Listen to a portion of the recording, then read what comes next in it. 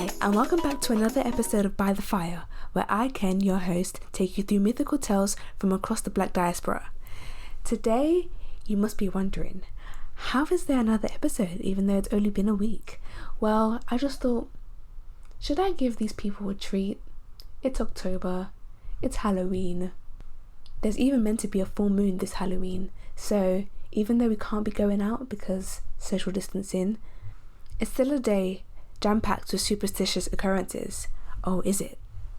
So I created a poll online on my Twitter, which is bythefire_pod, and I was asking, should I do extra episodes this week, make it weekly? And people said yes.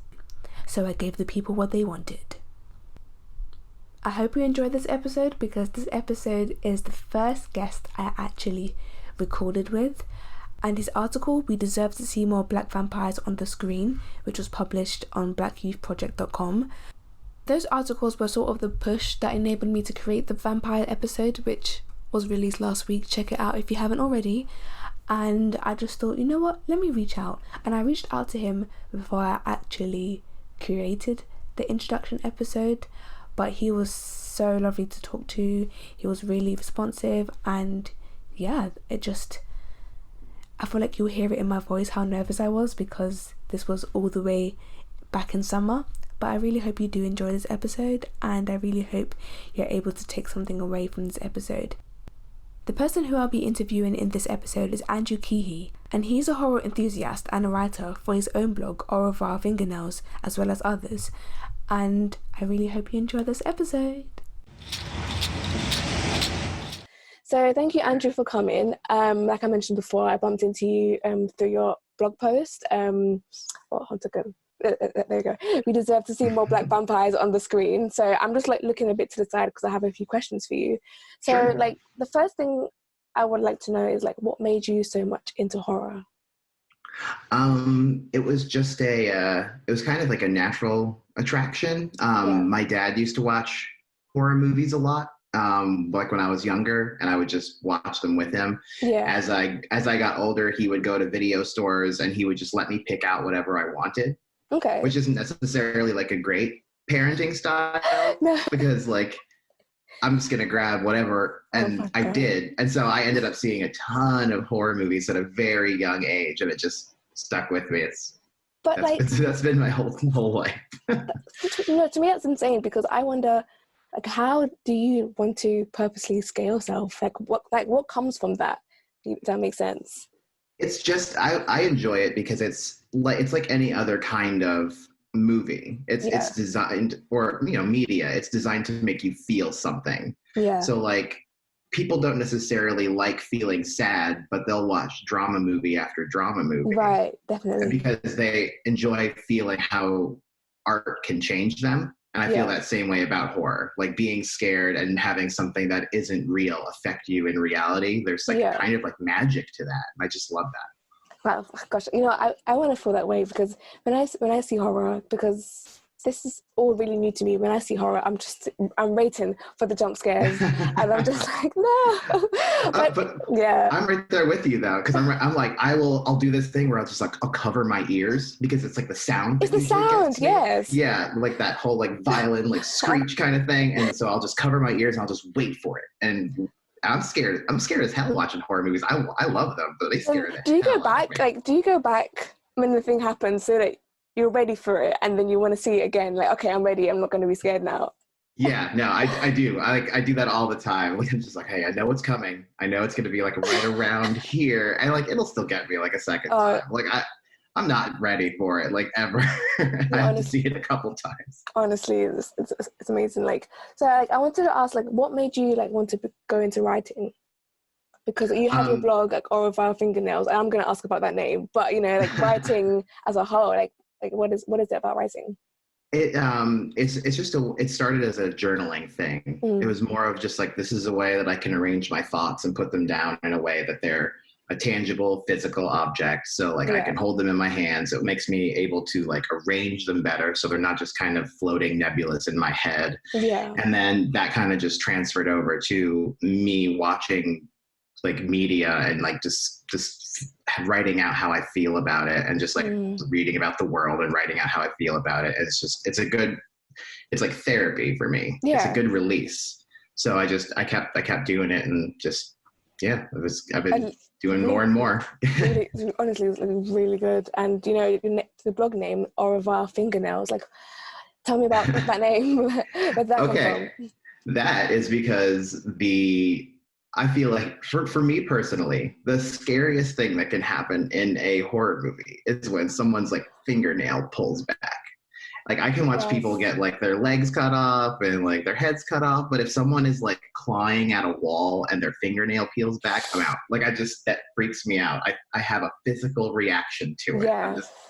Even talking about it, I feel like 10 times more tense than I did like 5 seconds ago. Is it a fingernails thing particularly, or is it like the anatomy? Like, because I saw Gerald's Game, not thinking that it was a horror. I thought it was a thriller. And that scene where she removes the handcuff and slides the skin off her hand. That scene's still in my head.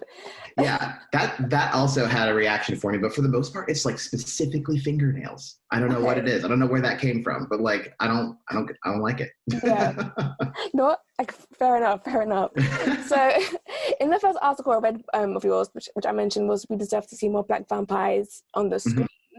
You mentioned a few iconic vampire films that were created in America, such as Blacula, which came out in 1972. So, you know what? I haven't seen Blacula because it's not available in like the UK Amazon. So I haven't seen it. Well, like on Prime, I could buy it, but yeah. but I have seen Gander and Hess, so we'll talk a bit about that one afterwards. But you know, so Blacula was the first one, and do you want to give us a little? I know what it's about, but do you want to tell me about like the synopsis around it? Sure. So it's basically the story of like an African prince of a tribe that isn't. I mean, they made it up for the movie. That doesn't exist, but he is basically going to the castle Dracula with his wife to ask Dracula to kind of help stop the slave trade. Okay. And in doing so, Dracula reveals himself to be racist, because it's not enough that he's like a blood-sucking monster. He also has to be a bigot, of course. Of course. Like, this is the 18th century. It's like 1700s, right? Like, he did that? Yeah. And then so basically Blacula's like, hey, that's not cool. And Dracula says, I don't care. He bites him and like locks him in a coffin, and then locks his wife like in the crypt with him to die. And then it jumps forward to like the 1970s, where two men are buying the castle because they're going to fix it up, and they find Blacula. He escapes, and oh my gosh, shenanigans ensue. Oh wow, gosh. Honestly, Blacula is an iconic film, and I want to I don't know if you know, do you know the reason why it was made? As in, what was happening at the times that people thought, was this the beginning of the black exploitation for the films, where, they just thought, let's blackify everything, Sure. Yeah, that's a lot of what it was just exactly what you said. It was like in the exploitation era, the blaxploitation era. And what was happening there was that there was a lot of white producers that were taking like black actors and black like stories and making these blaxploitation films, which is where that name comes from, because it was originally just kind of exploitation to try and make money off of black people. Yeah, of a certain but then audience, yeah.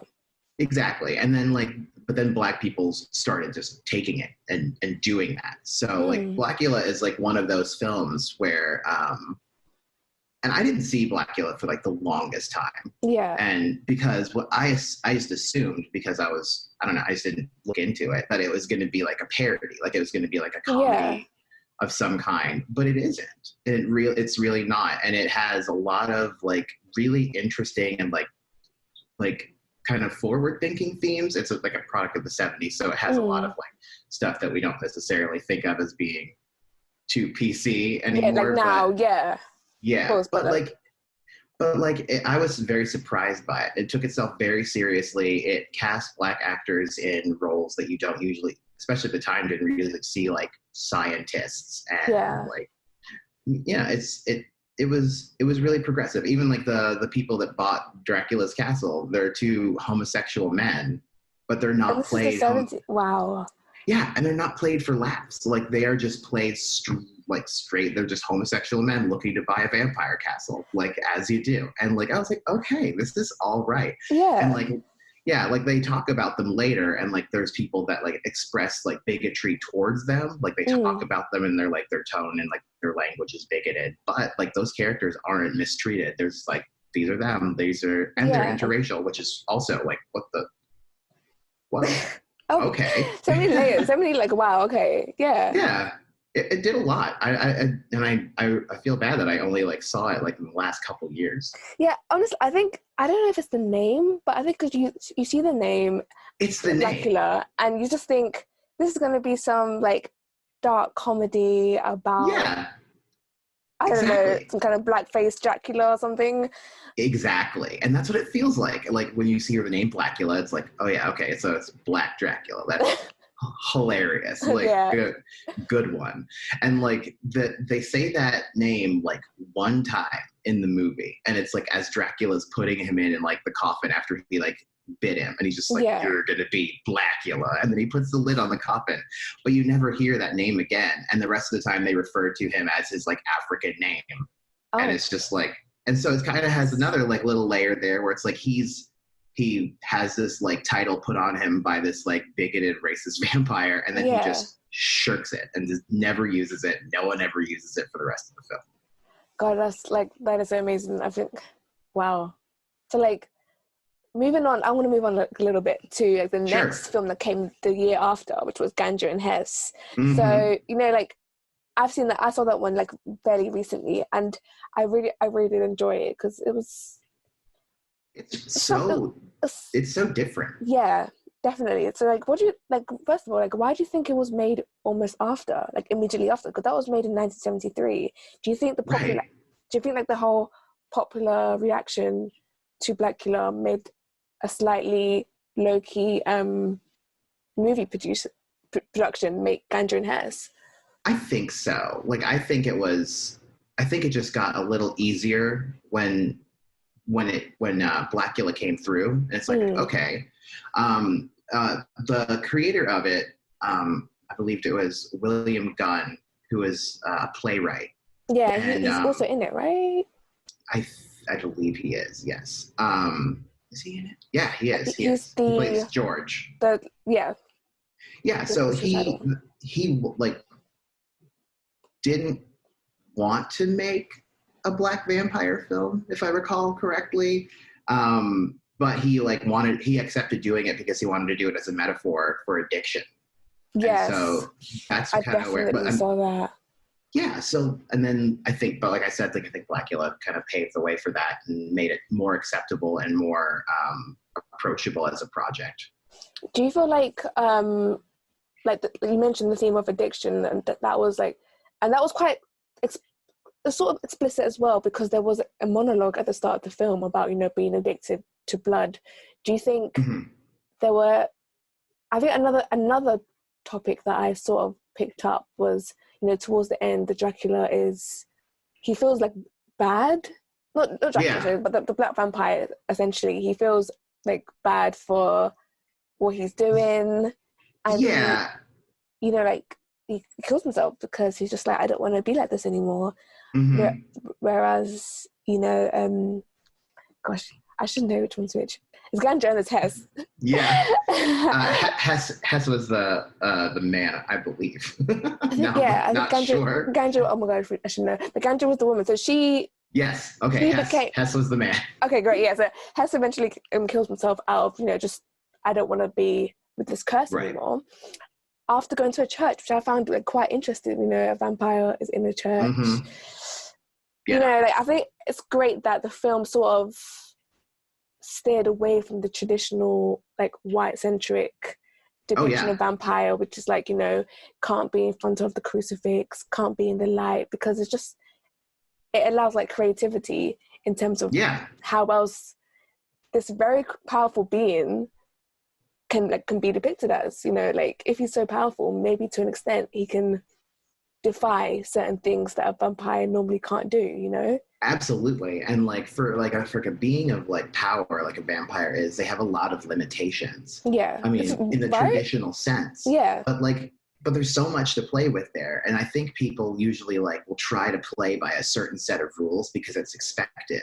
Yeah. While ignoring the fact that vampires aren't real and they can be open to interpretation. Right. And there's so many different, that's what that article was basically about that I wrote, was just like, there's so many different vampire myths. It really doesn't make sense to hone in on just that one vampire myth. Right. Like, there's so much to work with. You could make a completely different film, but it's always the same one, it seems. Right.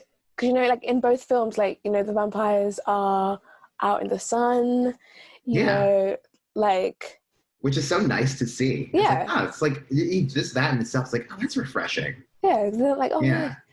Like sunlight. So no, that is like I said, that is refreshing. So another article I want to talk about is Buffy is Black now. So so I obviously everyone knows about the traditional, well, the older Buffy the Vampire Slayer series that was out 1997 to 2003. So you obviously mentioned the importance of having a black Buffy in the reboot, but what do you think about the whole horror trope of killing off black characters almost in the first half an hour? Yeah, it's a trope for a reason, and it's just like people keep using it. I had another article on my blog called "The Commodification of Black Bodies in Horror." Ooh. And basically what I'm talking about there, and what it's like, what you'll notice in like older horror movies, not so much like in recent ones because they're kind of trying to course correct on that. Yeah. But it's basically they use black men specifically as tools in horror instead of like characters.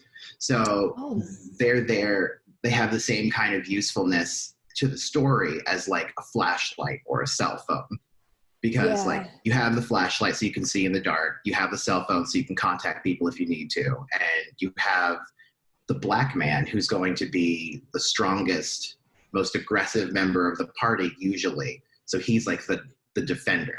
Would you say he's reckless, he's brave in a reckless way as well? That's why you said defender? Usually he'll like have this attitude where he wants to have all the control. And then that'll get played up to the point where it's like the white protagonist is seen as being much more reasonable. And so as the movie goes on, like they'll start to take away those things that make you feel safe. So like the flashlight battery will go dead, and then there will be no cell phone service, or the cell phone battery will die, and then they'll take away, by killing usually, the black man. And then it's like, and then the audience is intended to feel like, oh my God, it's so real now. Like what are they going to do? They've lost all of their stuff to help defend against this monster or whatever. And so he's lumped into that like stuff that you'd like find in a backpack to help you find your way out of the woods. And and instead of him as a person, she or he or they as a person, you know, it's more like, they've lost this commodity, like what now? And it's usually like his lack of intelligence will be played up to an extent, and like just to basically, again, by comparison, show that no, we don't need like just brute force and whatever to beat this monster. We need to use our intellect. And it's like, and in doing so, it's just basically like in a very subtle way telling you that this black person does not have this, but this white protagonist does have the intellect to deal with it. And so it's used to just lift the white character up, while just subtly putting down the black character. And that's why they kill him off. It's to make the situation more dire and to ramp up the tension. You know, where we left off, we were talking about, you know, the whole horror trope of killing off black characters. So like my final few questions is like, how hopeful are you with black representation in horror, like moving forward? Because, you know, we have like the Jordan Peele's doing Get Out and Us. We have Nia DaCosta, who's directing the new Candyman.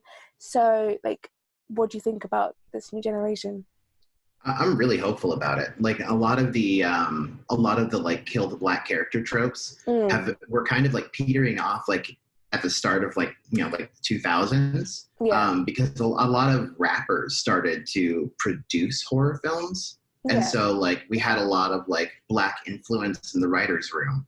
So that became more and more through like movies like Bones, like starring Snoop Dogg, and then Yeah. like I think it was Halloween 4 or 5, or I don't know, maybe it was 6. But like Busta Rhymes is like in it, like Oh doing wow. karate like against Michael Myers. It's pretty wild. It's not very good, but like it's still like, okay, guy, like you're holding your own. Okay. Yeah. But like I said, like with Jordan Peele and like Nia DaCosta, I think they're really carving out a path. And like especially with Get Out, like winning like the Oscar for like best original screenplay. Like Yeah. that's like unheard of for a horror movie in general, let alone one with that kind of like black representation and commentary in it. Right. So like I think Right. going forward, it's just going to open up more and more. And I think more and more people are going to get a shot. And I think what's been happening with like the recent unrest and protests against police, there's been a lot of, I mean, and even if it's just for like visibility's sake, it's still happening, where there's like a lot of like production companies and like editors and stuff like that. It's like we want to hear more black voices and stuff like that. So it's like opening up. Do you feel like not maybe if you know personally, but do you know if there is like a space like where there are black creatives who want to venture into like horror movies essentially? Like, are there people out there that are like, I have these ideas, pay me. For sure. Let's do it. Yeah. There's a lot of collaboration on Twitter. Like there's like a Black Horror Alliance that you can follow on there. Like there's like black literary magazines that focus on horror and science fiction. And a lot of the people that run in those communities, like they're like on the same level. They're wanting their stuff to get out there. So like we'll critique each other and like look at each other's work and try and like make it better and punch it up. They have like all sorts of like articles they've written. It's like how to like submit, where to submit, what you need to watch out for in terms of like contracts and things like that. Yeah. Like, there's a lot more resources popping up for that exact purpose. Oh wow. So are you like, I'm assuming because you know so much, are you hoping, to be picked up like with your own creative horror film? I am. I don't do any. I haven't done any screenwriting, but I do kind of want to get into it. I do a lot of short stories. Yeah. That I've written. I've not been published in anything, but like I said, they're like more people are opening up their magazines to like voices of color with a specific focus. So that's really cool. So like I do my analysis posts like with my essays and reviews, and then I do short fiction that's less known, but it's still it's around. no, that's so good. I guess like final question: what is your favorite horror film of all time? It is Candyman. Really? The original Candyman. I heard it was like so scary. Like, oh, it's so good. So like Candyman, I love it for so many reasons. Tony Todd is an absolute icon in that movie. His portrayal is amazing. The character itself is like not your typical slasher. Like, he has a hook for a hand, but like it's not like other, because like you have like your like Michael Myers, who was like a psychotic kid who grew up into a psychotic adult. You have like Freddy Krueger, who was like a child murderer who like was burned alive in a warehouse and then came back as a weird vengeful dream ghost. But then you have Candyman, who was an artist and the son of a slave who fell in love with a white woman, and then her father like basically rounded up a posse and lynched him. And then he became this like vengeful spirit. And that movie has like so many themes, like in terms of like how folklore shapes our reality, gentrification and its effects on like the inner city, and just there's so much going on, and it's terrifying. It's like, even if you haven't seen the movie, like like you still feel weird about saying Candyman in a mirror. Yeah, definitely. that's such a weird influence. Like if you can not have seen the movie and still feel that fear, and it's just like so weirdly woven into like pop culture. I just love it. It's so good. Because I mean, I've definitely heard of the term, but you know, I think with the newest reboot, that's what made me more familiar with like the character. So like, what are you hopeful? I'm assuming you've seen the new trailer. How are you like, feeling? You know, about the new portrayal. I'm very excited. Yeah, I think Nia DaCosta has really good vision. Like she has an eye, and like when that first trailer dropped, it was just like visually just stunning. Yeah, like, I was blown away by it. Blown away. And then that second trailer with the paper shadow puppets. And first of all, I'm so happy that was not CGI. That was all people actually moving puppets. And when I found that out, it kind of blew my mind. Wow. Yeah. And it's a performance collective from Chicago that just did it. They had them do that, and it came out so good. But I think it's really going to treat the source material really well. But I think it's really going to like drive home a bunch of new ideas into the folklore of Candyman. I'm really looking forward to it. No, honestly, I feel like before I watch, I'm scared I'm so scared of horror, but I feel like before I have to watch that one just to support, because you do. I gotta watch it. But then before I watch that one, I should watch the first one, not at night. Just watch it with like all the windows open, so I know I'm safe and away from any mirrors. You're gonna want to do that. I would definitely check out the original. Yes, it is scary, but man, it's so strange that movie got made. Like there's so many aspects of it that I feel like studios just wouldn't go for, and like they just went for it, and then like they got like a score by Philip Glass that it's intensely creepy, and like it's just so good, and like they did such wild stuff to make that movie. So just one of my favorite. About like one like fun fact that I read was that they the bees that they used, they were only 12-hour bees, so essentially in the hope that it wouldn't sting the actor so much, but obviously some of them were still out there like proper like stinging him. So they grew the bees to be a certain age so that they would look like full-size bees but not be able to sting. Yeah. And then they put them in his mouth because that was the scene. The scene is him like rearing back, and he has just a mouthful of like living bees. Oh my God. They like I said, they specially bred them so they would be like a certain age and not be able to sting, which didn't quite work. And he got stung like 16 times or something like that, but he's a trooper, so it's fine. Like he just went with it. I guess it's cool. No, that is like so amazing. Like, I mean, you mentioned about like certain things that they were talking about that you wouldn't think a motion picture would do. Like, what examples can you like? Just like the focus on like gentrification, and like showing the inner city in the way that they did, and like. They really did a lot to show that it was like, it can be scary, but they also did a lot to humanize it. Like there's definitely like a character in it who's like just a single mom. She has a baby. She lives in the tenement building, but like we go in and she's like, we see all the scary stuff outside, but then we see her and we see like her baby. She's like a working mom, and then there's like a little kids that hang out in the hallway, and it's nothing that Hollywood likes to focus on at all. And then the same thing with like giving him like a tragic backstory, like, and how he was wronged. And like I said, it's like not like all the other slashers where they were kind of like just jerks to begin with, and like then they died and became like magic jerks. But like he was like a painter, and so when you think about him and having that past life and how he is now, it's just like hate and like bigotry just corrupted him, and like he is this force now that like a manifestation of that, a manifestation of that hate. And like it's such a like that's way deeper than any other slasher goes, and it's so weird that like if you ask people, I don't know if like I consider it a slasher. He's got a hook. He's slashing. Yeah. He's coming out of mirrors. He's a slasher. But like, oh God. no one ever brings him up when you ask like, what's your favorite slasher? And I don't understand it. He's not even in the conversation a lot of the time. It's strange. Yeah. I don't know. Yeah. Oh gosh, no. Thank you. Like, thank you so much for like joining me today, and like I had a great time like talking with you.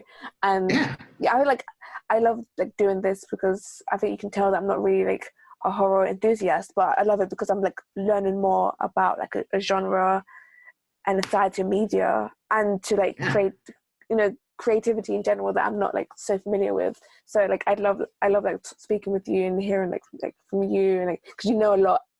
And that's great. So thank you so much. Absolutely. It was an absolute pleasure to be here. Like I really enjoyed talking with you. It was a good time.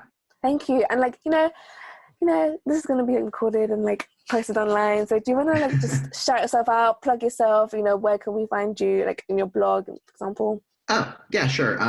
You can find me on Twitter.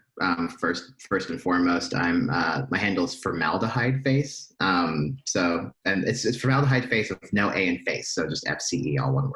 Okay. Hopefully that makes any kind of sense. And then you can also find my blog at Au Revoir Fingernails.wordpress.com. Great, thank you so much. Absolutely, like I said, it was an absolute pleasure. No worries. So I really hope you enjoyed this episode. I had a great time speaking with Andrew, and I really hope you were able to take something from this episode, whether that's you wanting to create your own black horror content or perhaps engaging in the ones that are currently available. I'm so grateful to Andrew for agreeing to be a guest on the show, and I really hope this also encourages you as a listener to also put yourself forward to be a guest, which you can if you email me at bythefire.mail@gmail.com. Be sure to rate and comment on Apple Podcasts and follow on Spotify. You can use the hashtag BTFpod so we can continue the conversation online, and I look forward to you joining me for the next episode. Also, don't forget to follow at bythefire_pod on Instagram and Twitter, as well as By the Fire on Facebook, where I regularly upload proverbs from African, Caribbean countries, as well as countries in the Americas. Last Thursday, on the 1st of October, was the 60th anniversary of Nigeria's Independence Day. And of course, what did I do? Upload a Nigerian proverb. And this proverb states, "A pig that is used to wallowing in the mud looks for a clean person to rub against." So tell me, what does that mean? Let me know on Twitter, or Instagram, or Facebook. Thank you so much for listening to this podcast, and I hope to catch you on the next one, which will be next week. And actually, before I sign off, it is Black History Month in the UK, so I feel like this would be a really great time to support black content creators such as myself, because I'm out here doing this all by myself. I've bought my own equipment. I'm doing this from my room whilst at university, so it would be really great if you would just listen to this and have a share, or maybe even recommend someone who might find this interesting. This content is for everyone to enjoy, and I'm just getting started. Bye.